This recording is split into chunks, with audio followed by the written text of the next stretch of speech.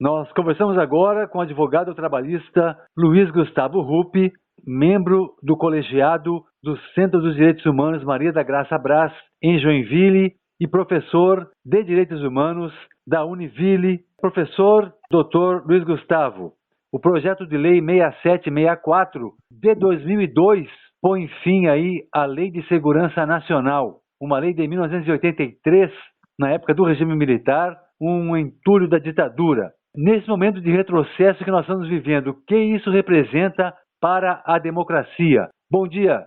Muito bom dia, Sérgio. Bom dia aos ouvintes. Bem, nós temos que analisar assim, a Lei de Segurança Nacional sob vários enfoques, né? Em primeiro lugar, não dá para dizer que isso representa ainda, digamos, uma grande vitória, uma grande mudança para a democracia ou coisa parecida, porque esse tipo de mudança não ocorre simplesmente com a alteração, né, de uma lei. O que nós temos que observar? Em primeiro lugar, a Lei de Segurança Nacional, a lei ainda vigente, é de 1983. Né? É uma lei já do final da ditadura militar.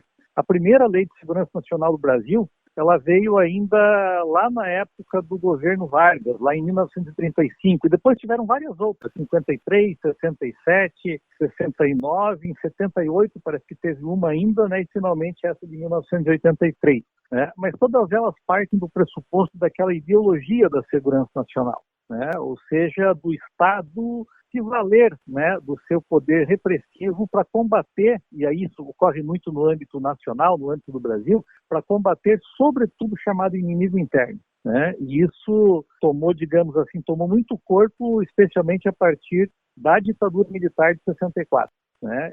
Essa ideia do inimigo interno, que é uma doutrina que vem dos Estados Unidos, que os Estados Unidos proliferou nos países da América Latina, né, que durante aquele período eram satélites diretos dos Estados Unidos, né, que contribuíram, inclusive, para a efetivação, né, e a concretização daqueles golpes militares que ocorreram em vários países da América Latina, inclusive no Brasil. Os opositores ideológicos, seria isso? Sim, claro, né? É a ideia do inimigo interno, né? Então, quer dizer, se um país tem que ter alguma lei de segurança, alguma coisa, tem que levar em consideração, e formalmente essa que é a ideia da Lei de Segurança Nacional, defesa da soberania, da integridade do território, aquela coisa toda, né? Mas nós sabemos que ela foi utilizada no Brasil, sobretudo, para combater o chamado inimigo interno. A última lei de segurança, as últimas leis que ocorreram no período da ditadura, tinha exatamente essa conotação. Né? Se nós compararmos, inclusive, a Lei de Segurança Nacional, lá de 1969, que já foi em plena vigência do AI-5, com o próprio ato institucional número 5, né, o que se percebe ali, inclusive no preâmbulo do AI-5 e alguma coisa também em relação à Lei de Segurança Nacional, só estava voltada justamente para combater a subversão, né, e os valores da Revolução de 64 e tudo mais. Bom, doutor Luiz Gustavo, o que, na sua avaliação, nesse primeiro momento, os movimentos sociais podem ganhar com a revogação da Lei de Segurança Nacional? Pois bem, assim, o principal aspecto que deve ser analisado é o seguinte: esse projeto de lei que de 2002 foi apresentado ainda pelo governo do Fernando Henrique, pelo ministro, se não me engano, Miguel Reale Júnior, na época, ministro da Justiça. Sim. O Fernando Henrique, na verdade, o que ele faz? Ele insere alguns dispositivos que estariam na Lei de Segurança Nacional no Código Penal. Então vai aparecer lá crimes contra a soberania nacional, contra a autoridade estrangeira e tudo mais. Isso é incluído na legislação penal. Né? Então, um dos pontos que hoje tem se falado muito quando se trata de Lei de Segurança Nacional é fatos que ocorreram nos últimos anos agora por conta do governo Bolsonaro. Então, só para se ter uma ideia, de 2019 para cá, né, a Lei de Segurança Nacional ela foi acionada, houve um aumento, né, de inquéritos que foram instaurados com base na Lei de Segurança Nacional na ordem de 280%, alguma coisa assim, a mais em relação aos anos anteriores. Imagina. Né? Era alguma coisa assim, 19 inquéritos em 2017, 2018, 2019 teve um pouquinho mais, e no último ano mais de 50. Né? Então, eles estão utilizando, o governo Bolsonaro utiliza dessa Lei de Segurança Nacional, sobretudo para repreender qualquer tipo de manifestação contrária ao seu governo e à sua pessoa. Né? Então, diz, fulano de tal violou a honra do presidente da República. Bem, aquilo que seria digamos, tratado no máximo como um crime contra a honra, com base no Código Penal, acaba se tornando um tema de segurança nacional. Então, Guilherme Boulos, aquele youtuber lá, o Felipe Neto, um outro lá que colocou um outdoor ridicularizando a figura do Bolsonaro, foram instaurados inquéritos contra essas pessoas com fundamento na Lei de Segurança Nacional. O Rodrigo Pilha, né, que foi torturado, inclusive, na delegacia, né? Ali foi mais grave ainda, né? Ali foi ainda mais grave, né? Que ali houve uma violência física mesmo em relação a ele, e o objetivo seria justamente evitar esse tipo de repressão, né? Eu acho que está muito longe de resolver, inclusive, há divergências, até mesmo no campo mais progressista, a respeito da Lei de Segurança Nacional, mas alguns entendem que a revogação da lei, pelo menos da forma como foi colocada por esse projeto, é um avanço se formos considerar a lei anterior. Há outros que entendem que a Lei de Segurança Nacional deve ser substituída simplesmente por uma outra norma, uma lei de defesa do Estado democrático de direito, né? São alguns outros projetos que estão em curso aí, mas há um receio muito grande também, hoje em dia, de alterar ou de propor leis nesse sentido, por conta da própria composição do Congresso Nacional. Conservadora. Extremamente conservadora, né? Então não se considera, digamos, muitas vezes não se considera que seja o momento mais propício, né? Eu já ouvi, por exemplo, um debate entre juristas dizendo que é preferível ter um controle do Poder Judiciário sobre esses atos da Presidência da República do que, eventualmente, surgir uma outra lei que tenha legitimado definitivamente esses processos de repressão que são desencadeados pelo atual governo, que não tem o menor compromisso com a democracia e fala isso abertamente. Tem essa nova lei, chamada Nova Lei Antiterrorismo, que é de 2019, projeto de lei 1595, do deputado Major Vitor Hugo, do PSL da Bahia. Ela amplia a lei antiterror, implantada ainda no governo Dilma Rousseff, dando superpoder para as forças policiais aí de repressão. Quer dizer, ao mesmo tempo que se tira uma lei resquício da ditadura, ainda se articula aí a colocação de uma nova lei que pode substituir, né?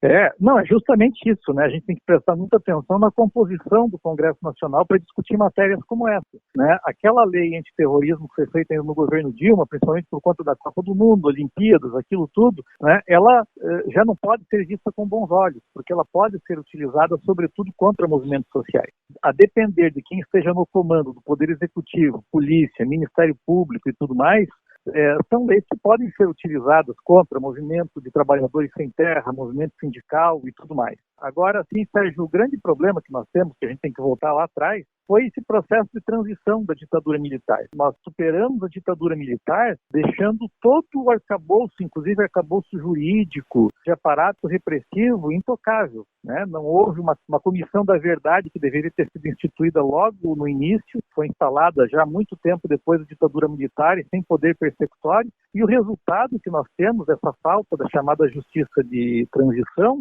é o que nós estamos vendo hoje. Ou seja, um presidente da República que foi eleito fazendo a defesa da ditadura, fazendo a defesa da tortura, defesa de torturadores, né? Algo que seria totalmente inadmissível, né? Em alguns países, como a Argentina, mesmo o Chile, né? Eu até comentava esses dias com alguns alunos, foi ano passado, retrasado, o ex-técnico da seleção brasileira, o Luiz Felipe Scolari, o Filipão, foi ao Chile, seria contratado por um clube, agora não me lembro qual foi, e deu uma entrevista, ele resolveu fazer um elogio ao Pinochet. Bem, ele foi imediatamente rechaçado. Toda a imprensa caiu em cima e disse assim, como é que pode alguém vir aqui para defender um criminoso, né, do qual nós já nos livramos há algum tempo e vem uma pessoa de fora vir fazer a defesa de um assassino aqui no nosso país. O próprio Bolsonaro, quando chegou ao Chile e foi recebido pelo Piñera, que é um presidente de direita, também fez elogios ao Pinochet, como ele costuma fazer, e o presidente do Congresso Nacional se recusou a receber. O Congresso Nacional disse que não iria receber o presidente da República do Brasil por conta desses elogios que ele fez ao Pinochet. Foi. E aqui isso é tido até como mérito, né, quando alguém fala isso. Então nós tivemos esse problema, né, da falta de... Então, quer dizer, uma lei de segurança nacional era algo que já deveria ter sido revista, não hoje, mas há 40 anos praticamente, né, quase 40 anos. De qualquer forma, doutor Luiz Gustavo, você acredita que isso pode significar um enfraquecimento de um governo fascista que nós temos no país hoje? Mudança legislativa não resolve o problema, porque as atitudes do Bolsonaro, elas se dão à margem da lei. Inclusive, nós temos que tomar muito cuidado com esses aparatos normativos, porque, veja bem, quando aquele deputado bolsonarista, o Daniel Silveira, foi preso, ele foi preso, também foi detido e passa a ser investigado com base na Lei de Segurança Nacional. Aí a gente tem que pensar o seguinte: aquilo que vale para aquele sujeito que é um fascistoide, isso pode ser aplicado também em relação a determinados movimentos sociais, né? Então é necessário ter um certo cuidado no manuseio dessa legislação que tem como objetivo visar, sobretudo, o chamado inimigo interno. Então nós temos sempre que tomar esse cuidado, né? Por isso que eu digo que o problema aqui não é simplesmente na mudança da lei, mas o problema é estritamente político mesmo, né? É fazer o combate político desse governo que, né, aprofunda, cada dia que passa, aprofunda a barbárie, né, no país. Bom, nós conversamos então com um militante de direitos humanos, professor da área de direitos humanos na Univille, advogado trabalhista, Dr. Luiz Gustavo Ruppe, que novamente atendeu gentilmente o Informa Luta. Dr. Luiz Gustavo, muito obrigado, tenha um bom dia e bom final de semana. Eu que agradeço, um grande abraço, Sérgio. Não adianta não, a situação já está fora das suas mãos. Não adianta não,